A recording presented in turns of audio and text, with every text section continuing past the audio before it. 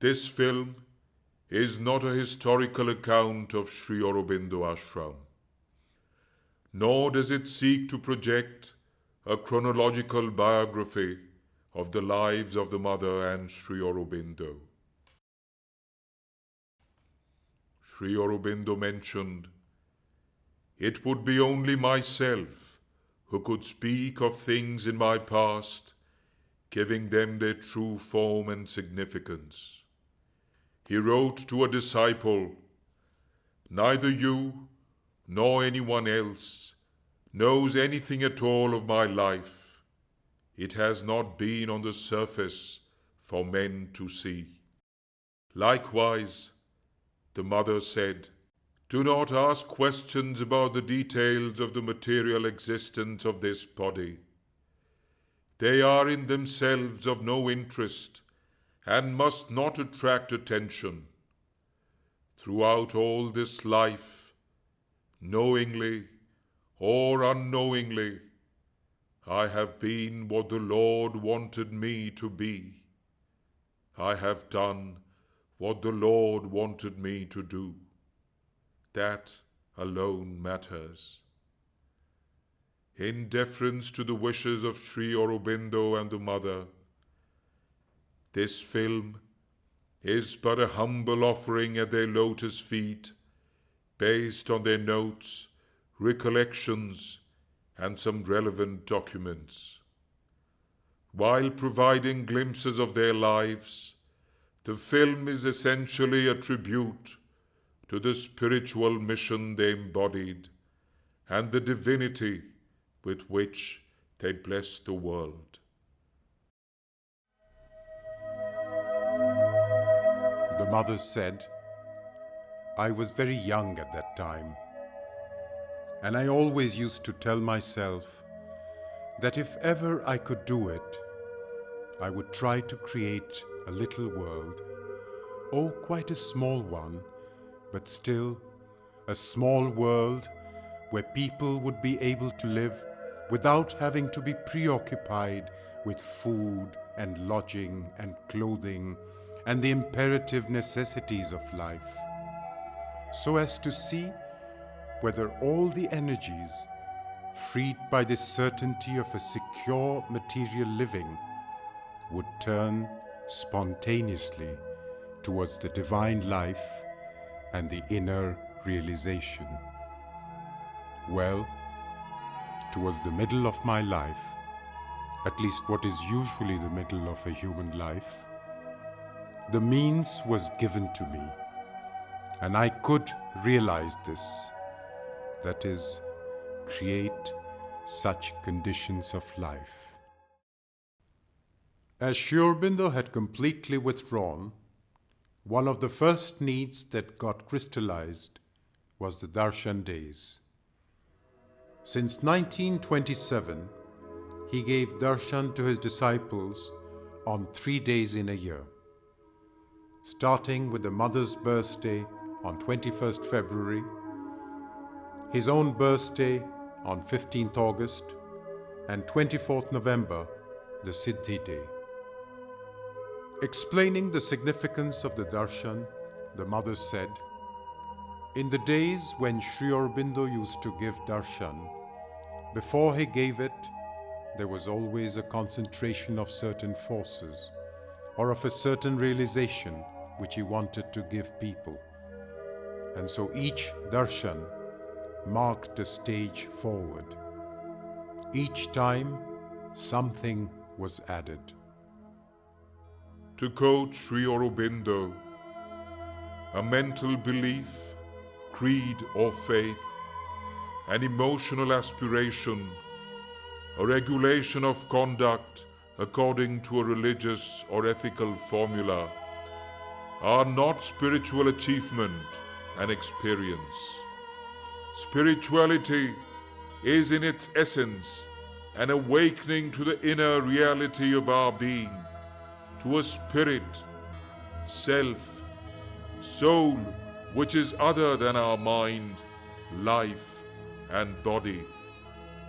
Sri Aurobindo has pointed out that the psychic opening is truly the real key for a successful sadhana in this yoga. The mother said, "Here we do not have religion. We replace religion by the spiritual life, which is truer, deeper, and higher at the same time. That is to say, closer to the divine. For the divine is in everything, but we are not conscious of it. This is the immense progress that man must make." The mother, besides her inner sadhana, made her physical contact more and more active with the disciples, guiding them for their progress on the path through different activities. Wrote Sri Aurobindo, "The divine puts on an appearance of humanity, assumes the outward human nature in order to tread the path and show it to human beings, but does not cease to be the divine." In the morning, the sadhaks were blessed by the mother after pranam to her. She used to give a flower to each sadhak. The mother gave their symbolic meaning to hundreds of flowers. There is a mental projection when one gives a precise meaning to a flower. It may answer, vibrate to the touch of this projection, accept the meaning. The mother said, "When I give them, I give you states of consciousness." From 1927 onwards, the first of every month was the Prosperity Day. On that day, the sadhaks would receive from the mother their monthly requirement of clothes and other basic necessities. The year 1927 also saw the beginning of the New Year's celebration. On the eve of the New Year's Day, the sadhaks assembled in the ashram around midnight, and as soon as the clock struck midnight, the mother welcomed the new year with music on her organ.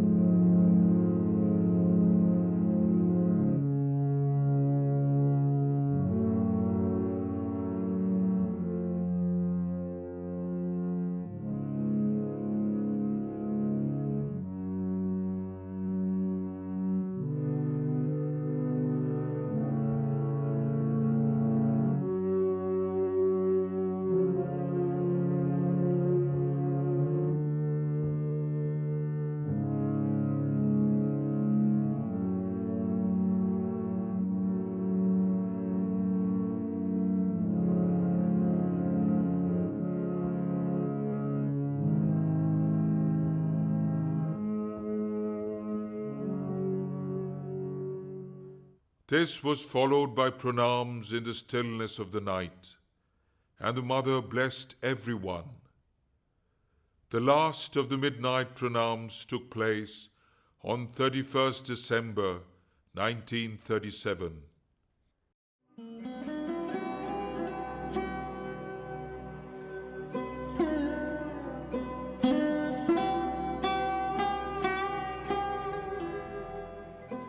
Since then, the New Year's celebration continues in a different manner.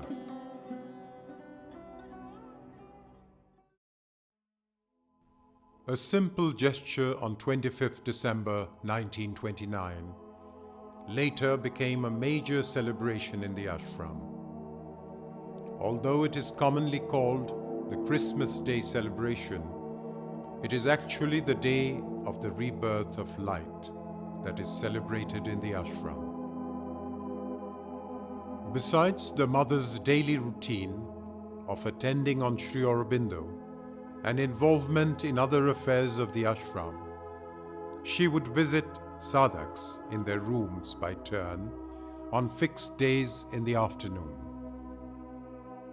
One of the activities that used to take a lot of the mother's time was the birthday celebration of the inmates and visiting devotees. Individually, they were given the opportunity to visit the mother for her blessings. The mother said, "From the viewpoint of the inner nature, the individual is more receptive on his birthday from year to year, and thus it is an opportune moment to help him to make some progress each year."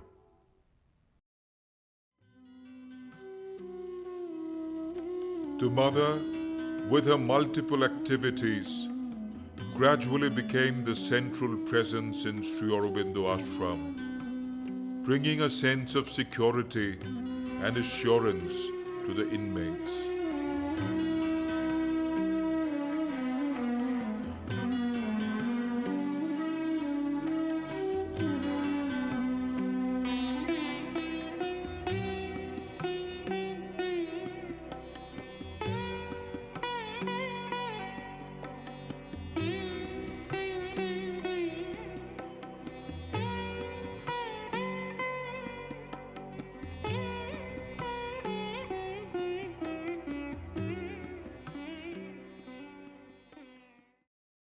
In an announcement, the mother later said, "The indispensable basis of our yoga is sincerity, honesty, unselfishness, disinterested consecration to the work to be done, nobility of character, and straightforwardness. They who do not practice these elementary virtues are not Sri Aurobindo's disciples and have no place in the ashram." On the early morning of 24th November 1938, Sri Aurobindo had an accident and fractured his right leg. He was advised rest for several weeks. The disciples were eager to have Sri Aurobindo's darshan. To wait till August 1939 was too hard for them. So 24th April, the anniversary of the mother's second and final arrival at Pondicherry, was added as the fourth darshan day in 1939. The mother wrote, "The anniversary of my return to Pondicherry was the tangible sign of the sure victory over the adverse forces." In 1939, the Second World War began. The world was shaken into a new rhythm of life. The direct result of the war on the ashram was the arrival of children whose parents were in the danger zone of the war. These children were accepted by the mother. On 2nd December 1943, the mother formally opened a school with about 20 children. She herself became one of the first teachers.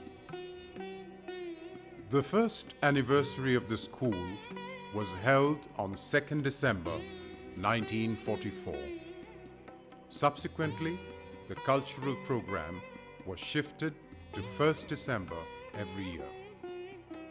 The mother was very much involved and took active interest in the program to encourage and inspire the students, teachers, and other participants. This program continues to be a very colorful and artistic function of the school.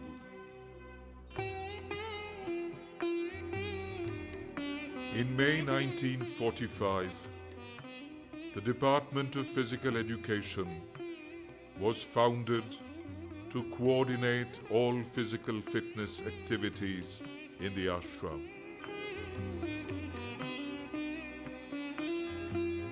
The physical activities have since expanded from the ashram playground to the tennis ground and the sports ground. Soon the members of the physical education were brought together under the organization called Jeunesse Sportive de l'Ashram de Sri Aurobindo. The JSASA adopted a championship badge whose significance the mother explained. This badge is in the form of a golden tortoise with a full circle of red in the center, from which radiate 12 white rays. The form and color of the badge have an occult significance. The tortoise is the symbol of terrestrial immortality, that is, the immortality of the physical body on this earth. Later, this badge became the symbol of the Department of Physical Education. The mother drew an outline of the spiritual map of India on a wall in the playground, from which was prepared a relief map in plaster. The mother wrote, "It is the map of the true India, in spite of all passing appearances, and it will always remain the map of the true India." She regularly took salute in the playground till 1958 during march past by the group members. Thereafter, she took salute only on darshan days till 1962. Vande Mataram! Vande Mataram! Victoire à la douce mère! The mother laid a great stress on physical education as she explained, "We want to come in contact with the supreme consciousness, the universal consciousness. We want to bring it down in ourselves and to manifest it. But for that, we must have a very solid base. Our base is our physical being, our body. Therefore, we have to build up a body solid, healthy, enduring, skillful, agile and strong, ready for everything." Sri Aurobindo said, "The body is the base or pedestal of our terrestrial existence. The longer the body can be made to live by maintaining its health, strength, and active energies, the more the gain for the sadhana. A divine life in a divine body is the formula of the ideal that we envisage." The first physical demonstration was held on 2nd December 1945. Since then, there has been a display of better and better demonstrations, year after year. This program has become a spectacular event of physical education.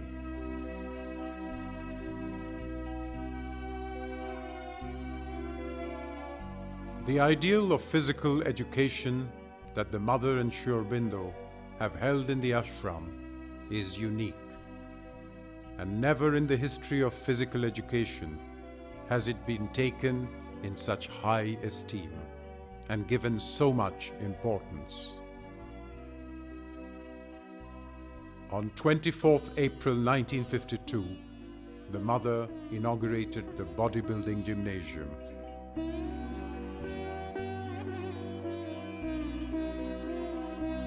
The mother said, "Do not forget that to succeed in our yoga, one must have a strong and healthy body.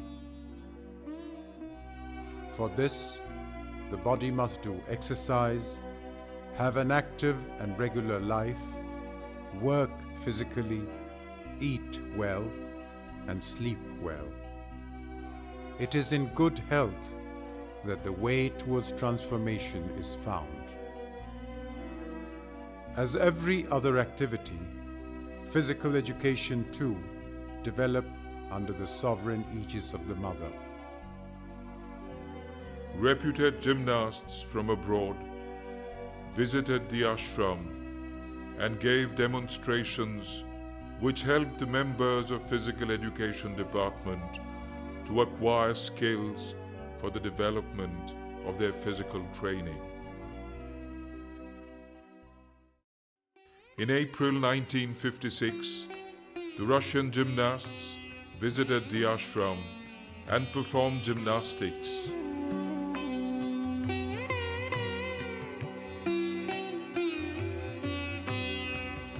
The Soviet gymnasts received the mother's blessings.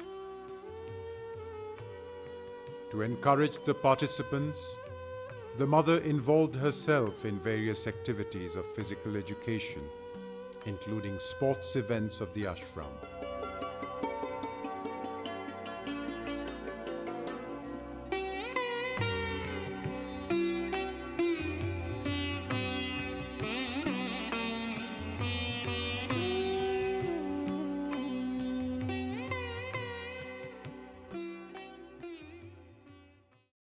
The mother had a passion for tennis. She started learning it when she was only 8 years old and used to play with the best players to learn the skill of the game. Her abiding love for the game continued until she was over 80. The mother was so occupied with the various activities of the physical education that she would return to the ashram only late in the evening.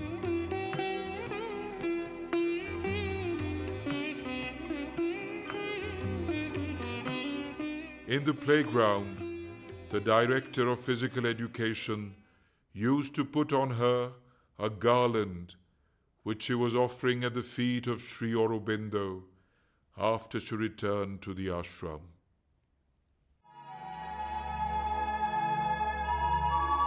In 1948, all the members of JSASA had for the first time the opportunity to march past the mother and Sri Aurobindo. After Sri Aurobindo left his body, the event was changed to concentration under the balcony, where the mother would come and take the salute, followed by a salute to Sri Aurobindo's samadhi. The mother would join the members for a short concentration around the samadhi. This program was continued till 1961.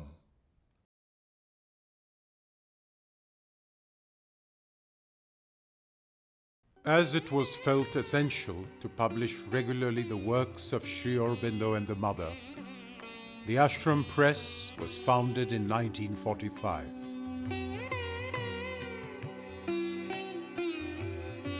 Monthly and periodical journals containing mostly the writings of Sri Aurobindo and the Mother and other information about the ashram are also regularly published in various languages.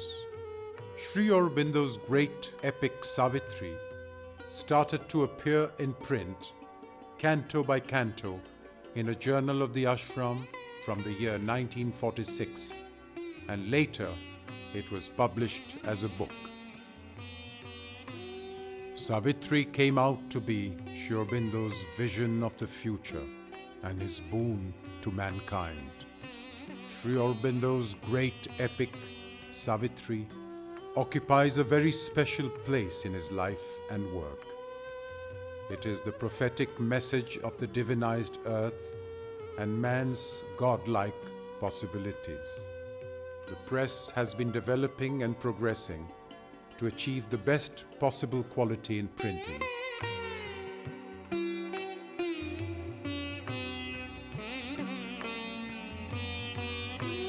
It has emerged as an essential service like the other services of the ashram.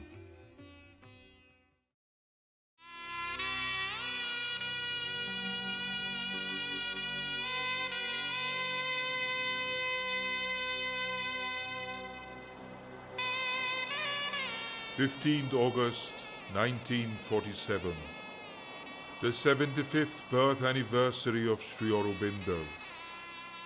India achieved her long-awaited freedom as the most precious gift of the divine. In his message for the day, Sri Aurobindo wrote, "I take this coincidence not as a fortuitous accident, but as the sanction and seal of the divine force that guides my steps on the work with which I began life, the beginning of its full fruition." Wrote Sri Aurobindo, 15th August is usually a turning point or a notable day for me personally, either in sadhana or life, indirectly only for others. In the morning of August 15th, 1947, the mother hoisted her flag, the spiritual flag of India. Bande Matram was sung, and the mother responded with Jai Hind. About her flag, the mother wrote, "It is the flag of India's spiritual mission, and in the accomplishment of this mission will India's unity be accomplished."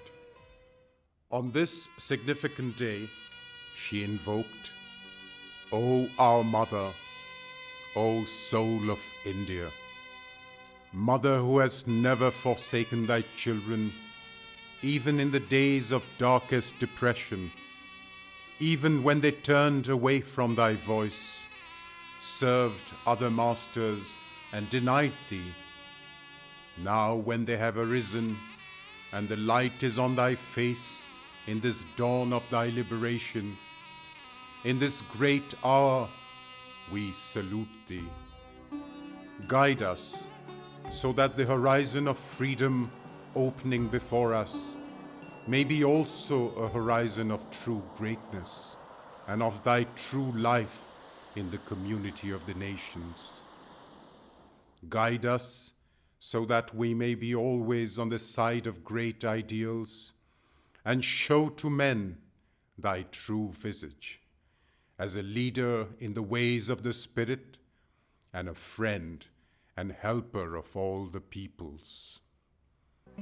The mother once said jovially to a disciple, "India is a big pot in which ingredients have been brought from everywhere to cook a fine dinner."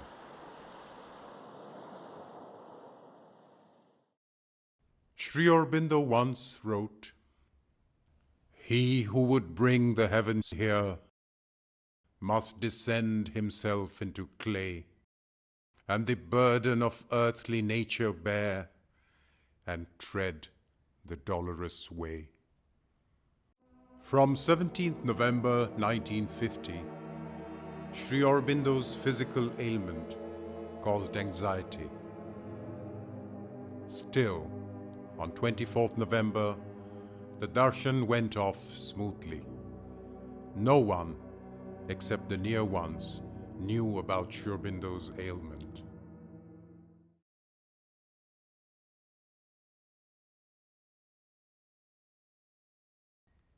On 5th December 1950, at 1:26 a.m., Sri Aurobindo left his body. It is finished, the dread, mysterious sacrifice offered by God's martyred body for the world. He who has found his identity with God pays with the body's death his soul's vast light. His knowledge immortal triumphs by his death. The mother said, when I asked him to resuscitate his body, he clearly answered, I have left this body purposely. I will not take it back. I shall manifest again in the first supramental body, built in the supramental way. His body was charged with such a concentration of supramental light that there was no sign of decomposition.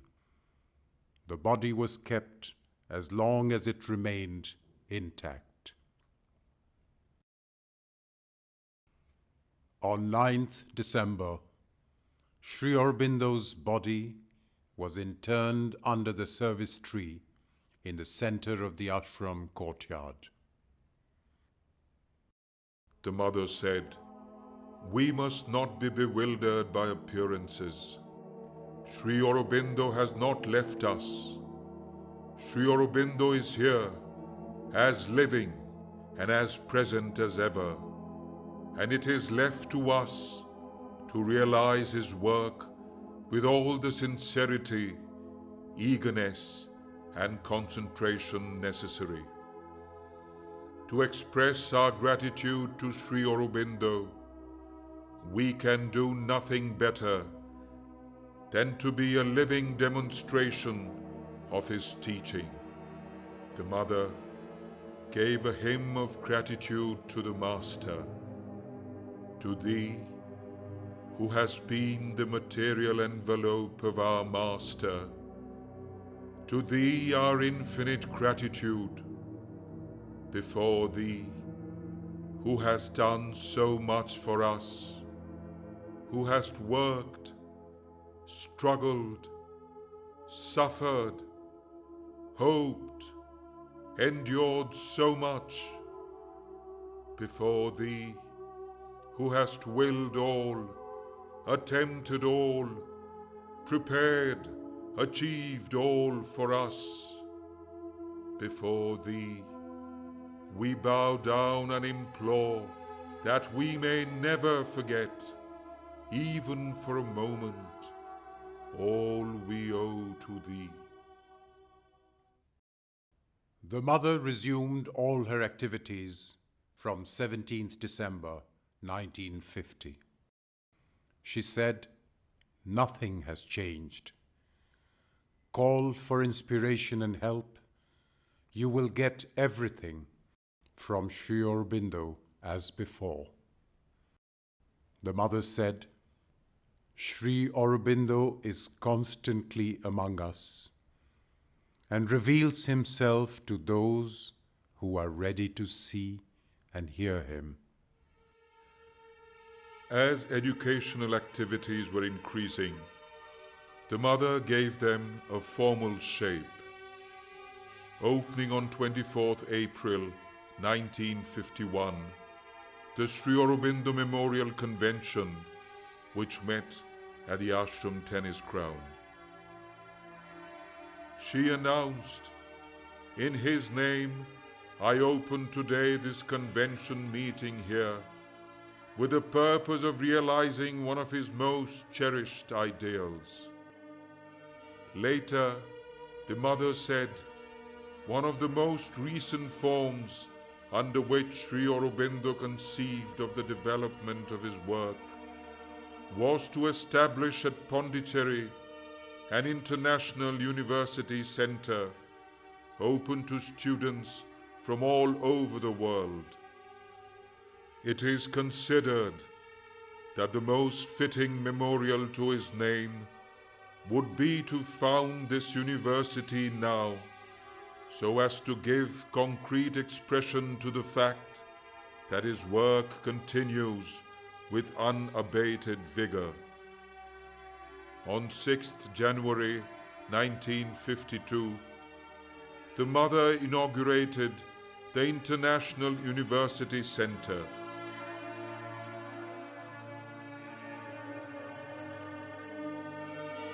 On that day, she formulated the students' prayer. Make of us the hero warriors we aspire to become.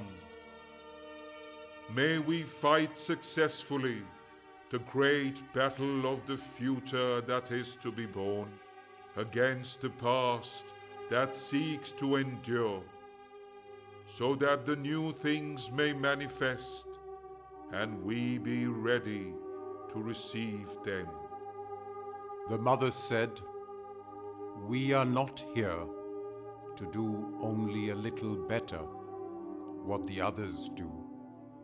We are here to do what the others cannot do, because they do not have the idea that it can be done.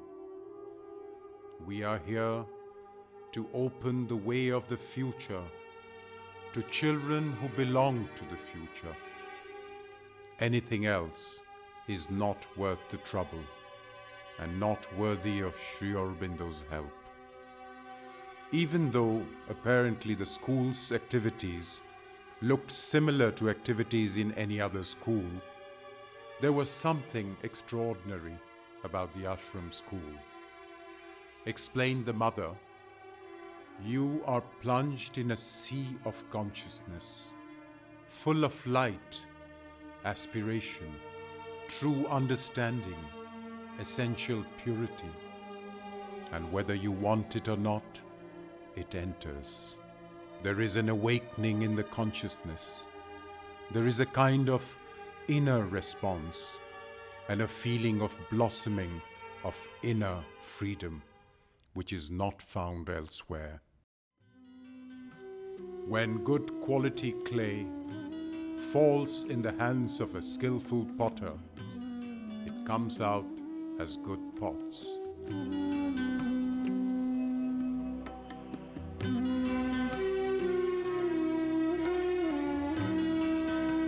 The mother said, "We are trying to mold our students into excellent specimens of humanity." To the students, one major advice given by the mother is, before the eternal consciousness, one drop of sincerity has more value than an ocean of pretense and hypocrisy. To the teachers, the mother said, to be worthy of teaching according to the supramental truth given us by Sri Aurobindo, there should no longer be any ego.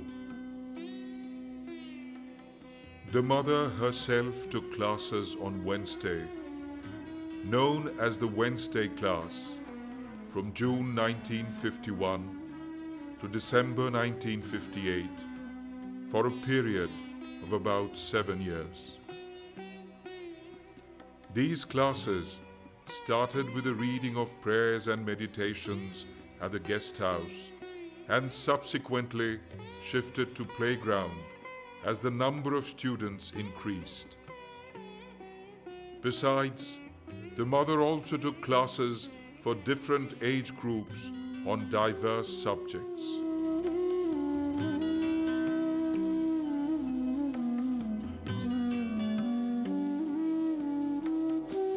In 1959, the mother changed the name of Sri Aurobindo International University Center to Sri Aurobindo International Center of Education. She gave it a new symbol, a superimposition of the mother's symbol on Sri Aurobindo's, and its meaning she explained: the effective manifestation of Ishvara and Ishwari in union. The International Center of Education of the ashram provides the curriculum of an integral education based on the ideals of Sri Aurobindo and the Mother. The 5 principal aspects relating to the 5 principal activities of the human being: the physical, vital, mental, psychic, and spiritual, constitute the exclusive parts of the education imparted and practiced at the Center of Education. The Center of Education has provision for education from the kindergarten to higher and advanced levels of study. It has the faculties of humanities, languages, sciences, engineering technology, and physical education. Well-equipped laboratories have been created for the students of science and technical subjects to have necessary experiments and practical knowledge. The main library of the ashram, known as Sri Aurobindo Library, is well stocked with books by Sri Aurobindo and the Mother, and also related books on them by other authors. The library also has a collection of general books and journals in plenitude on various subjects in different languages. It caters not only to the students, but also research scholars and the inmates. The Department of Physical Education maintains a separate library and regularly receives numerous magazines and periodicals pertaining to health and physical education. The center has its own official journal, Bulletin of Sri Aurobindo International Center of Education, earlier called Bulletin of Physical Education, a quarterly which publishes the writings of Sri Aurobindo and the Mother. Relevant photographs and other information about the ashram are also published in this journal. A well-maintained archive has been created in the ashram for nurturing the research and educational activities. The archive continues to collect, store, and preserve scientifically the most precious documents and photographs related to Sri Aurobindo, the Mother, and the ashram for posterity.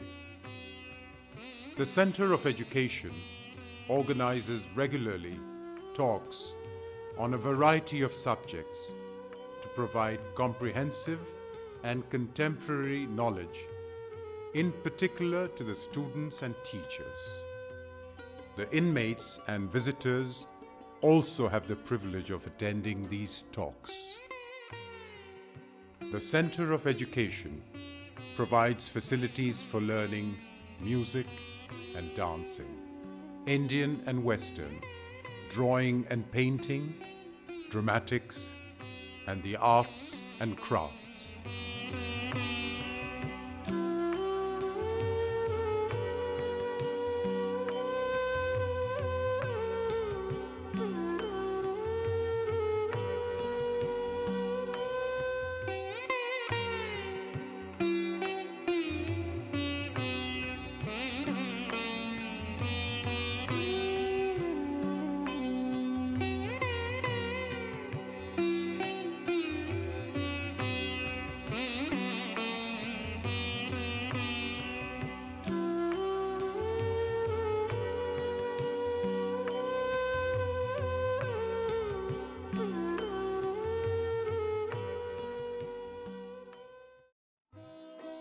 So far as physical education is concerned, physical culture occupies a very important place in the life of the ashram and hence in the center of education.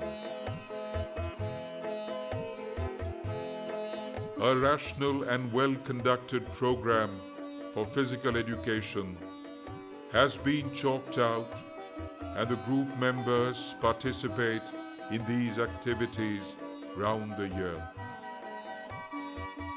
The basic program the mother spells out will be to build a body that is beautiful in form, harmonious in posture, supple and agile in its movements, powerful in its activities, and robust in its health and organic functioning. The mother said, "The world is preparing for a new creation. Let us help through physical education by making our bodies stronger, more receptive and more plastic on the way to physical transformation."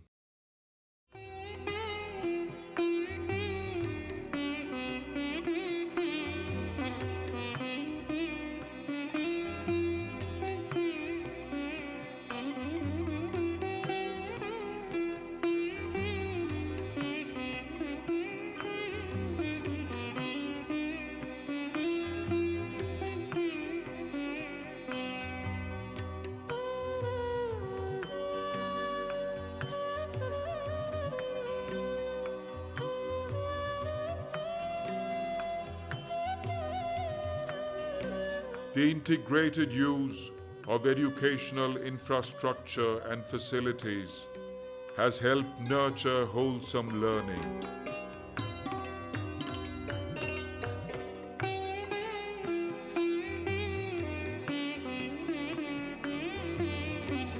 Besides, the routine lifestyle and the living conditions throughout the day have been planned and motivated to give them a true integral education in all its aspects.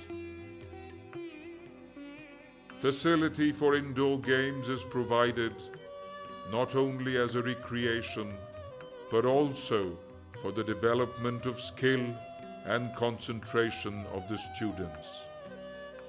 Selected films are screened at regular intervals at the playground as one of the programs for an integral education. Video films on sports, significant documentaries with educational values are shown regularly to the students for integral development. Annual picnics and outings of the group members in the lap of nature provide a refreshing dimension to the integral education. The group members are taught basic elements of self-help, team spirit, fellowship, disciplined actions, and many essential elements apart from fun and amusement. It helps immensely to develop the qualities that make life rich and purposeful. Sri Aurobindo wrote, "Not only book knowledge and information, but growth in culture and character are parts of a true education." As the name itself suggests, the center is international in character. It aspires to represent here the cultures of the different regions of the world in such a way as to be accessible to all. The ideal is that every nation with its distinctive culture should have a contribution of its own to make a cultural synthesis. Visiting eminent artists and groups from different regions of the country and abroad also perform in the ashram, contributing to the cultural synthesis. Cultural programs of dance, drama, and music are held regularly round the year by the students, teachers, and inmates of the ashram. The growth and progress of educational activities simultaneously in all the aspects of integral education continue with development of essential infrastructure and facilities provided at the Center of Education to achieve the goal of establishing the greatest seat of knowledge upon earth. The founding of this Center of Education was therefore nothing less than the founding of a new mankind upon earth, with a new life and new consciousness. The mother said, "I am perfectly sure. I am quite confident. There is not the slightest doubt in my mind that this university, which is being established here, will be the greatest seat of knowledge upon earth.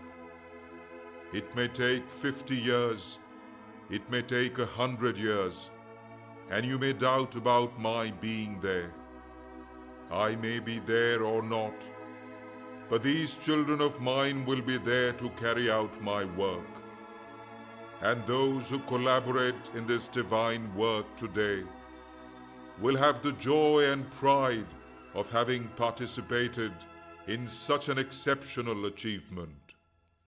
In 1952, the mother helped to reopen official negotiations between French and Indian governments for the merger of Pondicherry with India, which was initiated by Sri Aurobindo after India's independence in 1947. The merger, however, took place on 1st November 1954, and in celebration of the event, the mother hoisted the spiritual flag of India in the ashram. It was hoisted on the 15th August 1947, when India became free. The mother gave the message to the President of India, Dr. Rajendra Prasad. India must rise to the height of her mission and proclaim the truth to the world. She also gave the message to the President of India, Sri V.V. Giri. Let us all work for the greatness of India. The mother gave another message to the Prime Minister of India, Srimati Indira Gandhi. Let India work for the future and set the example. Thus, she will recover her true place in the world.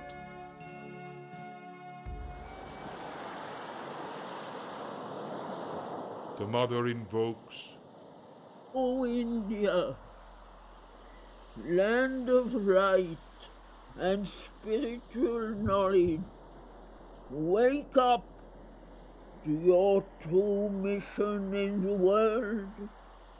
Show the way to union and harmony. The mother, in her New Year message of 1955, said, No human will can finally prevail against the divine's will.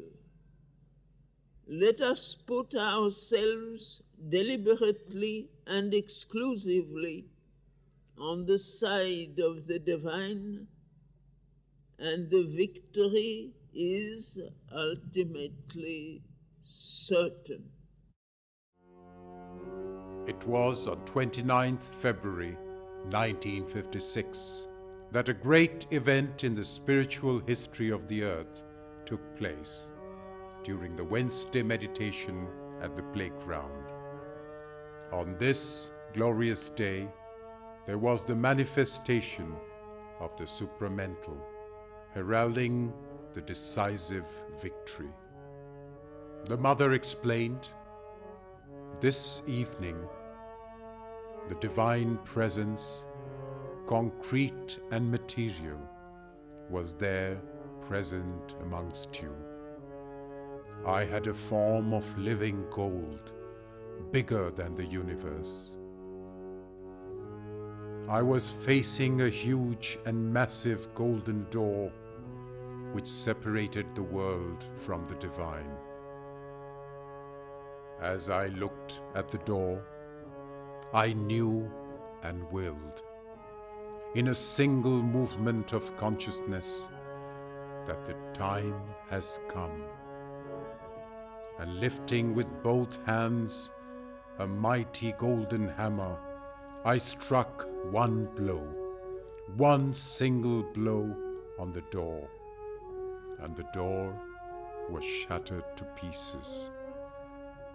Then the supramental light and force and consciousness rushed down upon earth in an uninterrupted flow. In the year 1914, during the First World War, the Mother announced in a message, "A new light shall break upon the earth, a new world shall be born, and the things that were promised shall be fulfilled." Her prophetic announcement came true.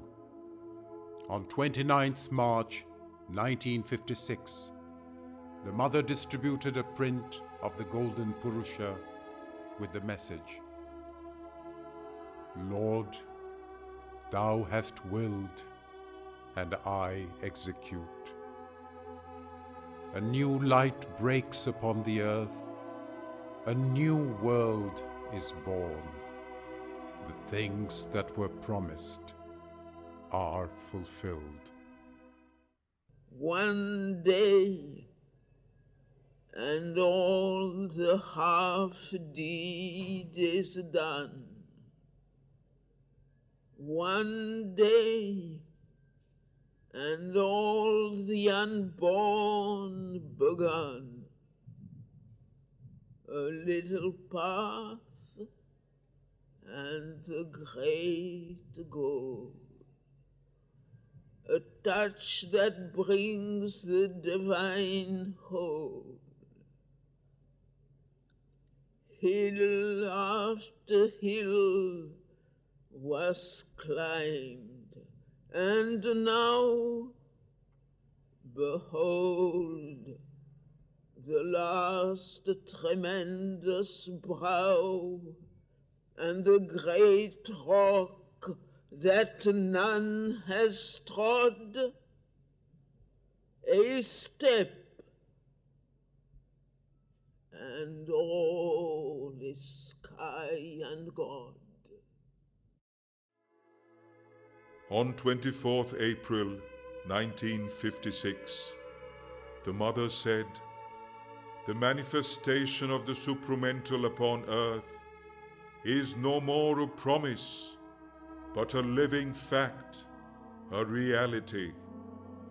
It is at work here, and one day will come when the most blind, the most unconscious, even the most unwilling shall be obliged to recognize it."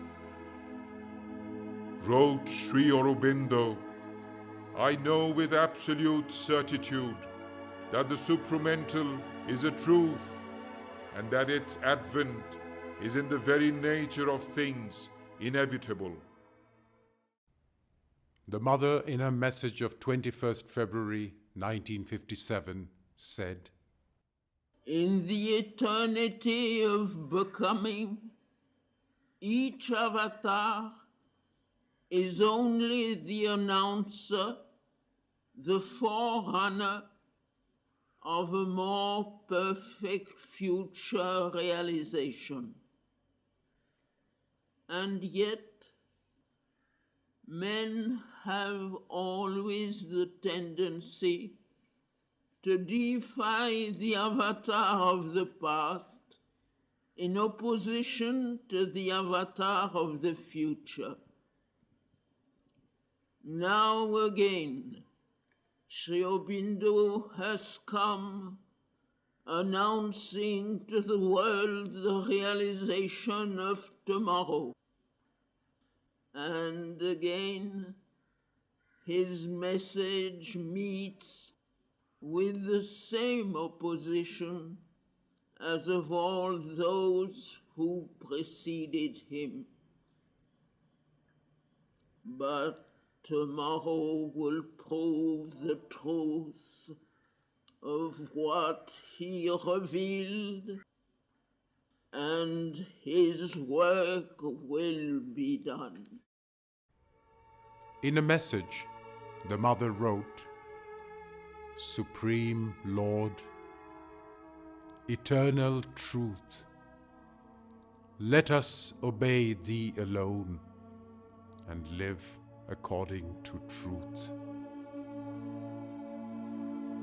The Mother declared 29th February 1960, the first anniversary of the supramental manifestation, as the Golden Day. She gave the message, henceforth, the 29th of February will be the day of the Lord. It was in this year, 1960, that collective meditation in the playground began on 2 days of the week, Thursdays and Sundays. The Mother's presence remains as concrete as ever. The Mother, besides attending to other activities of the ashram, had in her daily agenda a unique and significant program of giving darshan to the inmates and the devotees every morning from the balcony of her first floor apartment since 1938. She explained, every morning at the balcony, after establishing a conscious contact with each person present, I merge with the Supreme Lord, and then my body is nothing but a channel through which He pours out upon all His light, His consciousness, and His joy, to each one according to his capacity. The balcony darshan continued till 18th March 1962. It was from 1962 that the Mother continued to live in her second floor apartment and did not come down for the rest of her life. The message for the new year 1963 was a clarion call from the Mother. Let us prepare for the hour of God. It is surely a message for the humanity till the divine life is established on earth. On 21st February 1963, the Mother gave the first terrace darshan from her second floor terrace at 6:15 in the evening. Since then, she continued to give darshan from her second floor terrace on darshan days.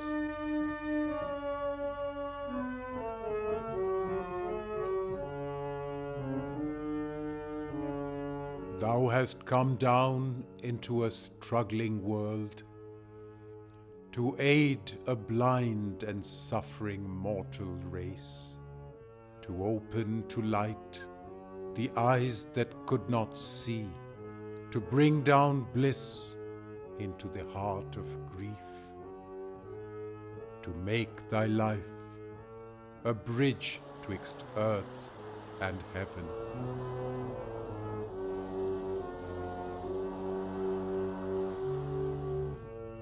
The Mother once said, she has come, bringing with her a splendor of power and love, an intensity of divine joy unknown to the earth so far.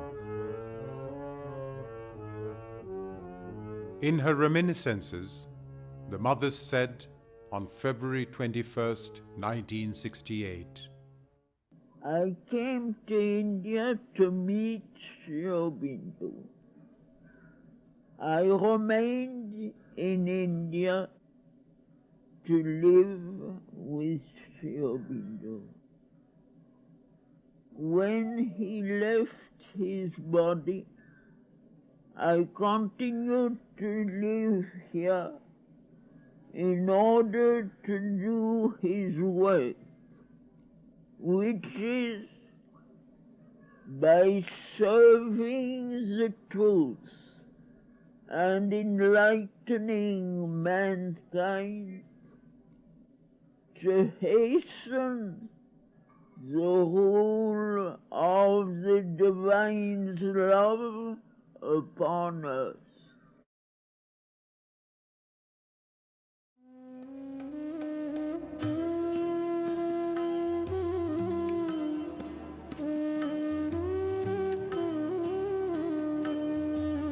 Since its inception, Sri Aurobindo Ashram has continually striven to be a nurturing ground for the integral development of mental, physical, vital, psychic, and spiritual faculties.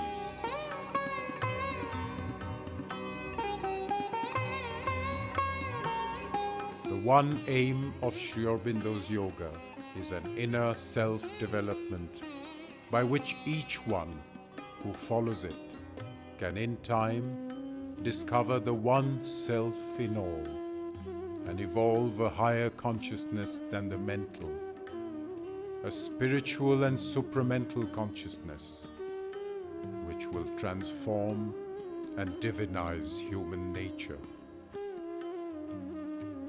All other yogas regard this life as an illusion or a passing phase. The supramental yoga alone regards it as a thing created by the divine for a progressive manifestation and takes the fulfillment of the life and the body for its object. It is for the first time that a yoga aims at transformation and divinization of physical life instead of escaping from it. It is an integral yoga.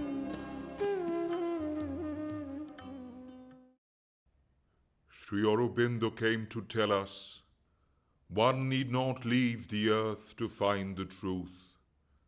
One need not leave the life to find his soul. One need not abandon the world or have only limited belief to enter into relation with the divine. The divine is everywhere, in everything, and if he is hidden, it is because we do not take the trouble to discover him. The ashram provides an unparalleled opportunity for the aspirants of the higher life to live in a dynamic atmosphere conducive to spiritual growth under the direct guidance and protection of the Mother and Sri Aurobindo, and to perfect them in the truth of the Divine Spirit. The dining room in the ashram is a vibrant place that continually underscores the value of wholesome and nutritious food in an ambience suffused by orderliness, hygiene, and a great sense of community. Apart from inmates, visitors and guests can also have their meals here. A separate kitchen and dining room were also created exclusively for growing children so that wholesome food could be provided to nurture young bodies. The mother named it Corner House, and it was inaugurated on 11 June 1967. Since that day, all the hostel children, teachers, and members of the physical education department have been provided with the facility of taking their daily meals in the corner house. Specific celebrations are also held on different occasions.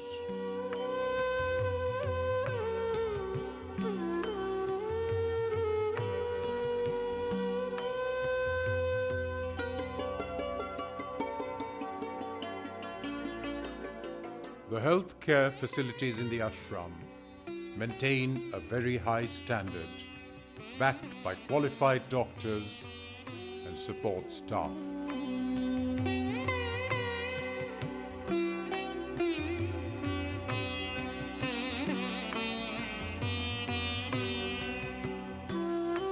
The care and love unfailingly provided at the Home for the Aged makes it an abode of serene succor for its inmates. The ashram accords great importance to the visitors who arrive from all parts of India and from around the world. The Bureau Central is a one-stop information center that provides comprehensive inputs about the ashram. The reception service inside the ashram premises also provides information to the visitors about the ashram and its activities. Photographs of the mother and Sri Aurobindo are available here for sale. About her photographs, the mother said, "Each photo represents a different aspect, sometimes even a different personality of my being. And by concentrating on the photo, one enters into relation with that special aspect of different personality which the photo has captured and whose image it conveys. It is I who am there." On the mother's photographs, Sri Aurobindo wrote to a disciple, "By your meditating near them, you have been able to enter through them into communion with the Mother, and something of her power and her presence is there." The ashram has also sales centers of its own publications in different languages. The ashram provides various sales centers of its own products.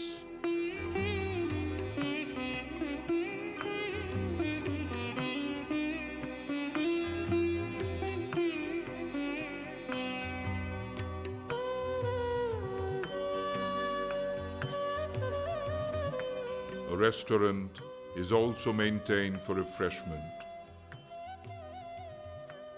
The ashram has its own department for the designing and construction of its buildings. The ashram also runs various maintenance services. The Computer Service Center of the ashram provides various computer-related services like assembling, repairing, and maintenance of computers. The audio recording studio offers high-quality soundtracks for a variety of programs in the ashram.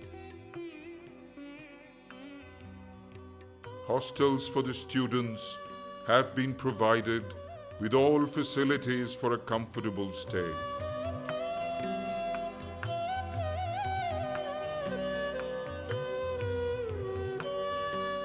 Apartments have been provided with good living conditions for the inmates. Various guest houses cater to accommodation requirements round the year. The four main guest houses of the ashram are Golconda, Park, Cottage, and New Guest House. These guest houses provide a very comfortable living with extraordinary hygienic condition in a peaceful atmosphere.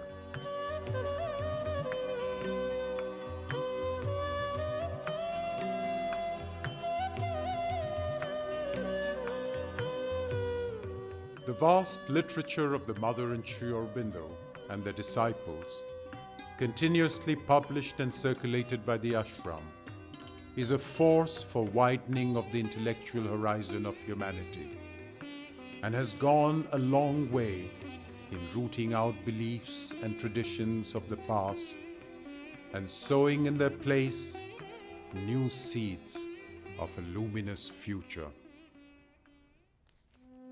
Indeed, there has been remarkable growth and progress in all the services of the ashram, with the aim of achieving material perfection and spiritual height that would lead to make the life a life divine.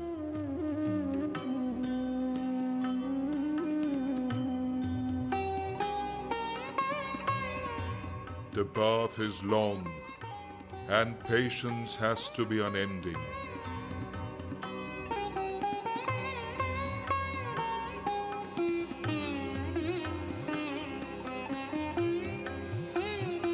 Considering the magnitude of the work and the revolutionary nature of the goal, even a few centuries of effort are not too big a price or too long a wait for its accomplishment.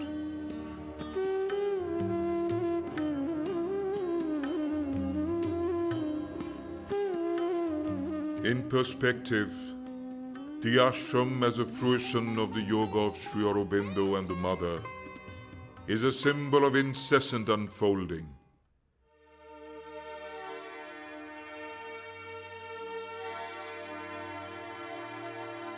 This yoga is a silent revolution. A sadhak in this yoga ascends in his realization from peak to peak silently, like the rising sun.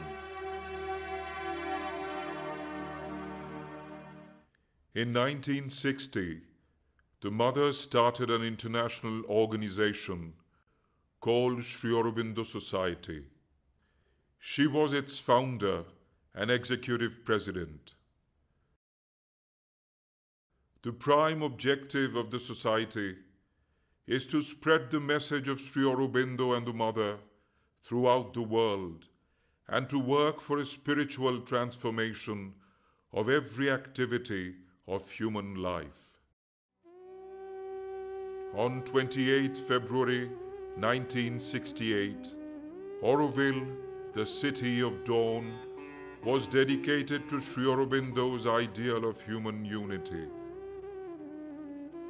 Almost every nation in the world and every state of the Indian Union were represented in the simple, symbolic, and grand ceremony of dedication which was organized by Sri Aurobindo Society.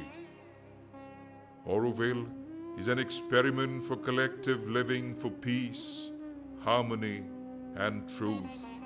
Its purpose is to realize human unity. Sri Aurobindo Ashram is for the sadhana of supramental integral transformation of life to life divine and establish the divine life upon earth based on the teachings of Sri Aurobindo and the Mother. With regard to the relation between the ashram and Auroville, the Mother clarified, the ashram will retain its true role of pioneer, inspirer, and guide. Auroville is the attempt towards collective realization. In her New Year message of 1972, the Mother wrote, "Let us all try to be worthy of Sri Aurobindo's centenary." The Mother gave the message, "Today is the first day of Sri Aurobindo's centenary year. Though he has left his body, he is still with us, alive and active." On 15th August 1972, the 100th anniversary of Sri Aurobindo's birth, the Mother said, "Sri Aurobindo's message is an immortal sunlight radiating over the future." A golden folder with a photograph of Sri Aurobindo and the Mother's message, "One step more towards eternity," was distributed on this day.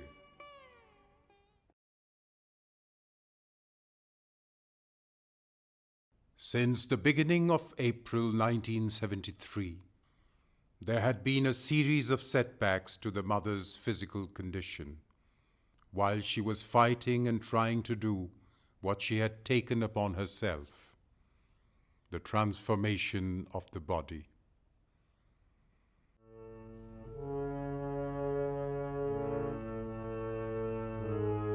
Despite an ailing physical condition, the mother, in her boundless love for her children, continued to give darshan till August 1973.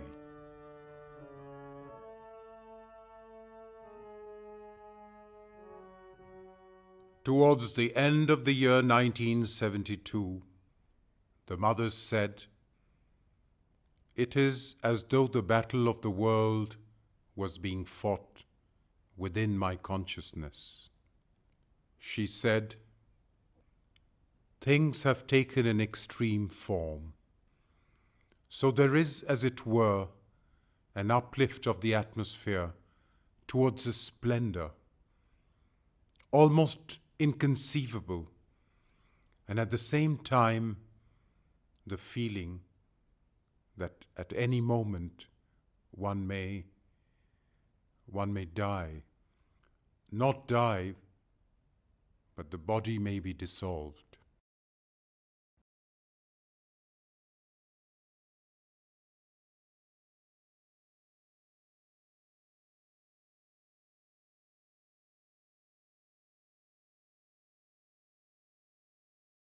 In the evening of 17th November 1973, the mother left her body.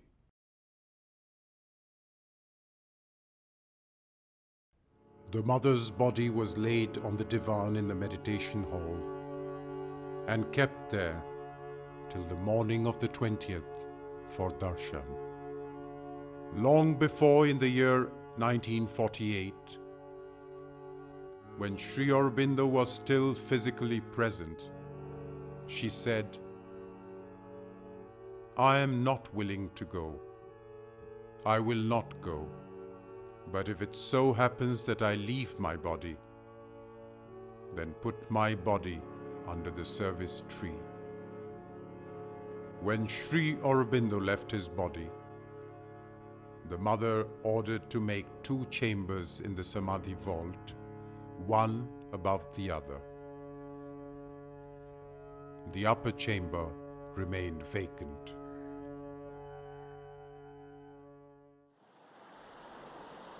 In the morning of 20th November 1973, the mother's body was placed into the vacant upper chamber of the Samadhi vault in immaculate silence. It stands now as one Samadhi for both Sri Aurobindo and the mother under the service tree. The mother reminded us repeatedly, "I am installed in all your hearts. Just be quiet. Try to hear what I say inside you and act according to the directions I give. But for that, you must be very, very sincere, and you must allow only the right type of vibrations in you."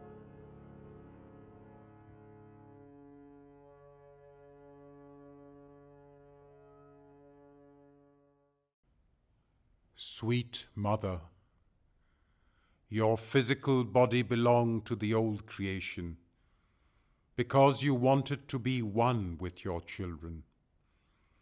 You wanted this body to uphold the new body you were building upon it, and it gave you the service you asked of it. You will come with your new body. Your children's, the world's call and aspiration, love and consecration are laid at your feet in gratitude. The mother wanted to do the physical transformation on her own body, but for some reason, it could not be done. That does not mean that the process of physical transformation has stopped or been postponed. The Mother is working at every moment to help those who are open to her to achieve the goal of physical transformation. The Mother said, "You know nothing of what I have done for you. I have reduced the work of many lives, shortened the way, removed all the difficulties, and now you only have to walk without any worry."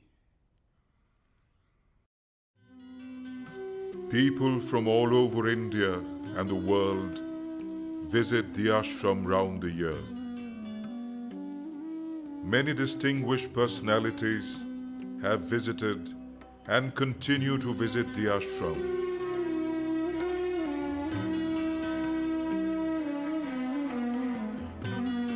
Some of them had the privilege of meeting the Mother in person.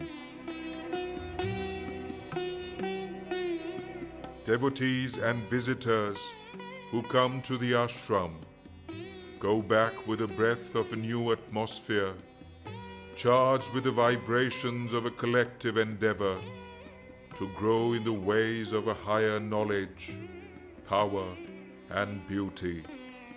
And they carry back with them a living presence and inspiration. Sri Aurobindo wrote, "Each individual has the possibility of reaching the utmost realization, independent of the form to which he momentarily belongs.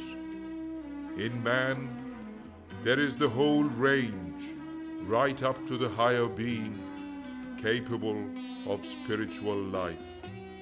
He said that mankind in the past has experienced many kinds of revolutions, social, political, and religious. The whole human civilization, as Sri Aurobindo said, is now in this silent spiritual revolution. Sri Aurobindo's relics have been installed in different parts of the country and abroad. It is beyond doubt that Sri Aurobindo's power and consciousness are present in these relic centers, which have become sacred places of worship.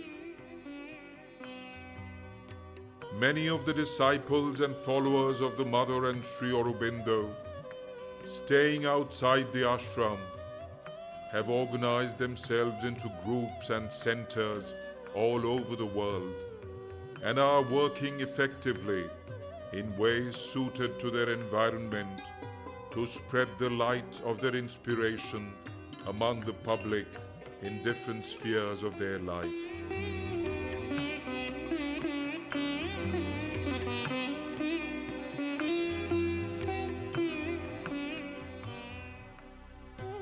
In unmistakable terms, the Mother and Sri Aurobindo have promised and given the assurance that they would stay with us not only as a consciousness which guides and illumines, but also as a dynamic presence in action, and would not leave the earth atmosphere till the earth is transformed.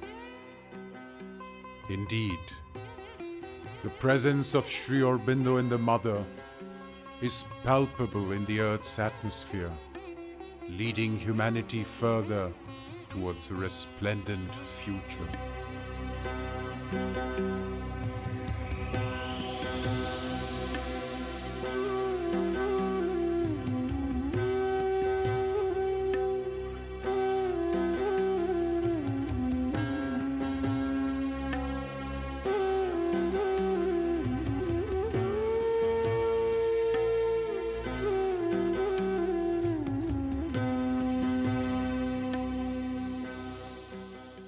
The work in Sri Aurobindo Ashram continues to achieve the goal of making the life a life divine, and to establish the divine life upon earth as envisaged by the Mother and Sri Aurobindo.